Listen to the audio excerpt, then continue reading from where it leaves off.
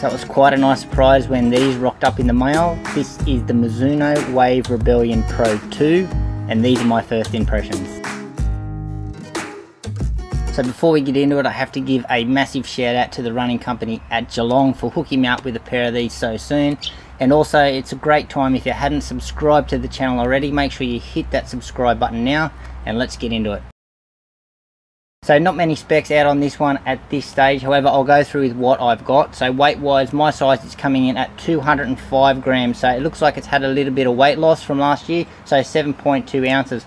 Price wise, I think it's going to come in at the same price point as last year, so $320 here in Australia. Not sure what that is in the US. Stack height wise, looks very similar to last year. So I'm going at about 40 in the rear, 34 in the front, 6mm drop. However, that drop has no significance whatsoever with this shoe, as you can see with the geometry. I've measured in the center part of this shoe here, it's well over 50mm. So in the upper here, a very light and breathable engineered mesh, very similar to last year, I must say. They've probably changed where the breathing holes are in it. However, it's a very familiar feeling to last year's model.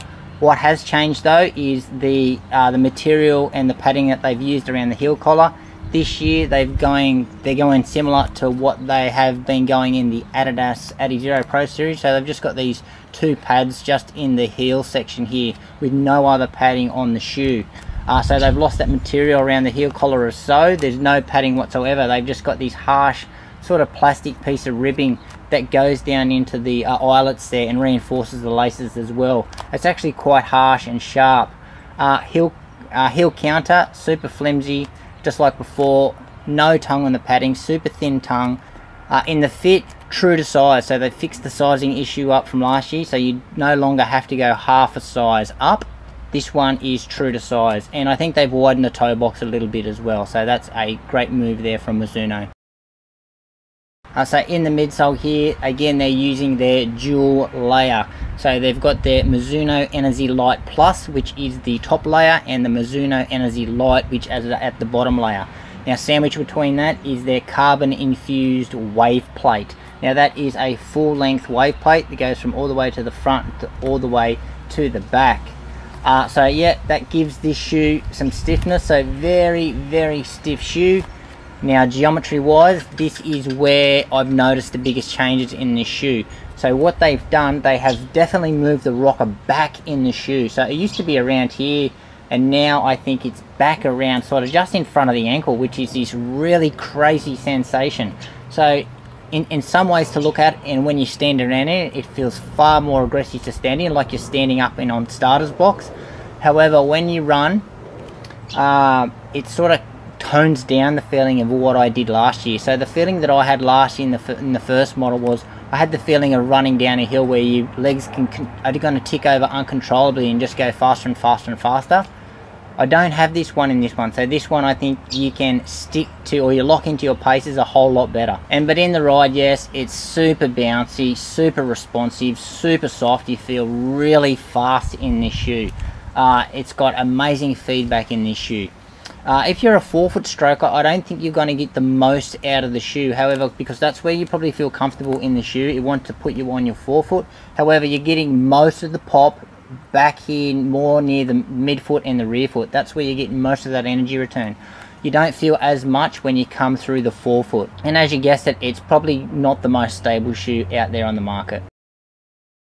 And in the outsole here, it looks very similar to last year. So they're using those, I think it's that G3 rubber that they're using here. So they've got these really aggressive diamonds up around the front, and the shape changes. At the bottom they've got these ovals, but this grip is just so sticky, so grippy. You're not going to slip over in this shoe whatsoever. One of the best outsole patterns and grip that's actually on the market. I absolutely love this. Obviously huge crevice through the shoe there, as you can see there, and that's that exposed wave plate. So what they have, you've noticed some changes in this shoe already. They've actually fixed, there used to be a bit of a crevice there, or an indent where the midsole was totally cut out of the first version. So they've fixed that now, and it's all the one piece in the midsole. So what I'm liking in this shoe so far is definitely that bounce and the pop of the midsole. This thing is so bouncy, so poppy, just amazing. Also really liking the outsole. I reckon this outsole is just one of the best on the market. I think if I could have an outsole on all my shoes, I would pick this one. And what I'm still figuring out of this shoe is definitely the new geometry of the shoe. So I'm still figuring out where to actually strike it to get the most out of the shoe. I feel like it definitely wants to keep me on the forefoot, but I'm not getting the most pop there. If I'm landing back here, I'm getting lots of pop, but not so much forward momentum. So still working that out. And what I'm disliking in this shoe so far is definitely what they've done to the heel collar. So they've taken away that material, or that little bit of cushion we had. And this plastic or this ribbing is actually quite harsh and sharp, so I don't think a lot of people are going to get along with that. So predictions with this one: when you stand around in the shoe, you actually think that this shoe is going to be far more aggressive than the other version, but I haven't found that. Once you start running at it, it's definitely, for me, toned down, so you can lock into that pace. So I think this shoe is going to suit those longer style races more so than the first one. So definitely more suited to the marathon and the half marathon for me. The first version for me felt too fast for that. I think we need to all give this shoe some time, because the geometry is just so wild and so different to everything out there.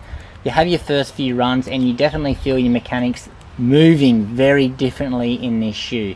However, it's got great potential, and I think a lot of people are going to do some wonderful things in this shoe. And I can't wait to take this shoe out for another spin and to have a race or two in it. So really looking forward to that. Anyway guys, that's it for the first impressions review. Any questions regarding the Wave Rebellion Pro 2, stick them in the comments below.